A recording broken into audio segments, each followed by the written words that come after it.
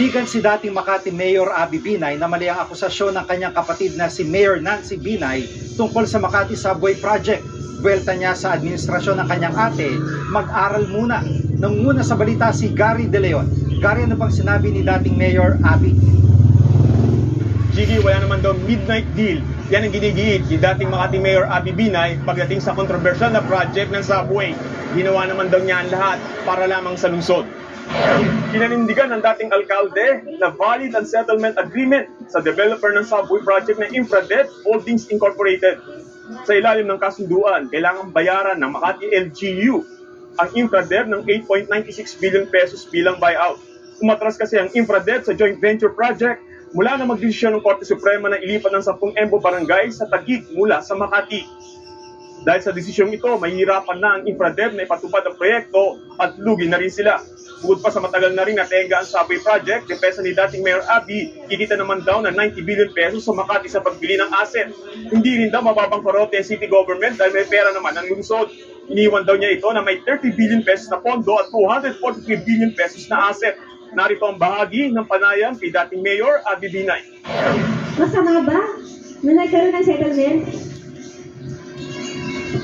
Dapat bang sinabi namin sa kanila that we're entering into a settlement? And you have to remember that my term ended June 30, 12 noon. Walang election done. Is it valid or not valid? It's valid. And it is not a midnight deal. Hindi na tapos. Gigi, nagtataka rin daw si former Mayor Abby kung bakit kailangang gawing issue ni Mayor Nancy ang settlement agreement na isang confidential. Pwede naman daw nilang pag-usapan ng kontrata pero hindi raw siya kinakausap ni Mayor Nancy. Dagdag pa ni Abby, bagamat may settlement agreement, hindi pa naman daw ito final dahil dadaan pa ito ulit sa Arbitral Tribunal sa Singapore, sa Commission of Audit at Makati City Council bago magkabayaran. Pakinggan natin ang pahayag ni former Mayor Abby. You don't want to pursue the subway, that's fine. You have a company worth 1.6 billion, you can start selling the assets. If you don't want to pursue the subway, luwi ka ba doon? Ito, kasi kung tutuusin, pwede naman na i-withdraw nila yung settlement agreement na hindi nila kailangan malira ng kahit sino. Bakit pa kailangan niyang ilabas? I can only think of one thing. It is really to undermine my legacy. Yung 9 years na tinrabaho ko bilang mayor na maayos yung pagpapatakbo sa Makati. Amon pa ni Mayor Abby sa administrasyon ni Mayor Nancy. Mag-aral muna sila, magpapahinga muna ako, magkita na lang kami after 2 years. Nada pa.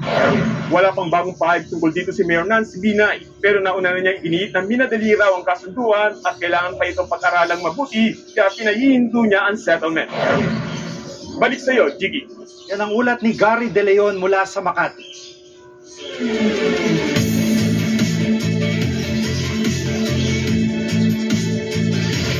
Dumarami ang mga Pinoy na kulelat sa pagbabasa sa datos nga ng Philippine Statistics Authority noong 2024. Halos 19 na milyong Pinoy ang functionally illiterate. Sila yung mga nakakapagsulat, nakakapagbasa at nakakapagkwenta.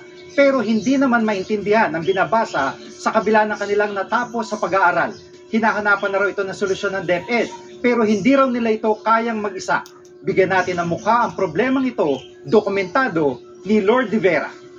No man is an island. Limit change ang pag-iiba ng upang makatawid sa tinatawag na climate change. Panahon ng pangangailangan. Sino nga ba ang tutulog sa iyo? Sa ating kwentong babasahin, alamin kung paano ang pagtutulungan at ang pangangalaga ng ating likas na yaman. Naintindihan mo ba siya o hindi gaano? Hindi gaano. Okay, masaya.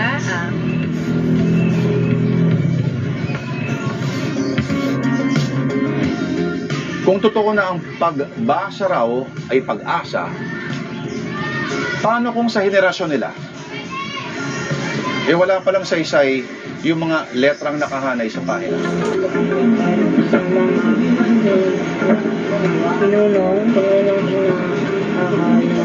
Hinalal ng mga tao. Isang grade 6 student sa Quiapo ang aming nakilala. Magtatapos na siya ng elementarya pero hirap na hirap pa rin magbasa. Hirap intindihin ang tekstong binabasa. Nahihirapan po kasi nagpabasa po ako ni Ma'am. Nagtatawa lang po. Nahiya po. Mukhang hindi lang sa letra at sa English siya nahihirapan pala. At kahit grade 6 na, sinubukan namin na pagbasahin siya ng reading material ng DepEd na pang grade 1. Pero nangangapa pa rin siya. Ano? Hindi, sa English. Ito, yung past tense nito. Run. Alam mo ba ibig sabihin ng past tense? Ano sa English ang 20? Dalawa ang po. Kung may po, ilan yun?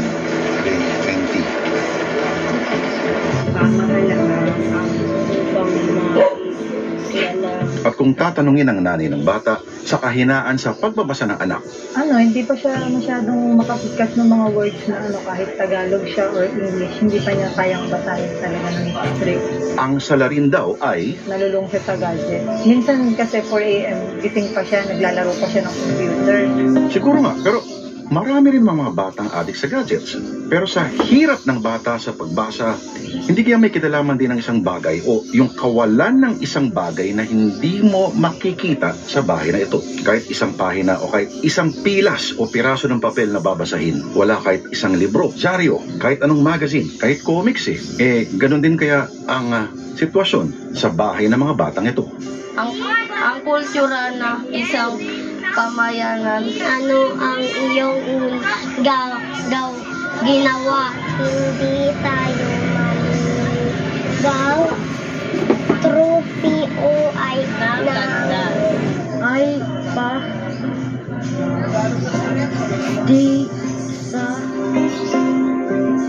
To ay nakakatuwang gayon. Alam nyo, kung totoo nga na mas malawak pa talaga ang problema, ang henerasyon nila ay dumadaan lang sa eskwelahan na para bang mga pasahero sa isang humaharurot na tren at pagdaan sa istasyon, nababasa yung mga nakasulat pero hindi lubos na nauunawaan. Kaya hindi alam kung ano ang pupuntahan.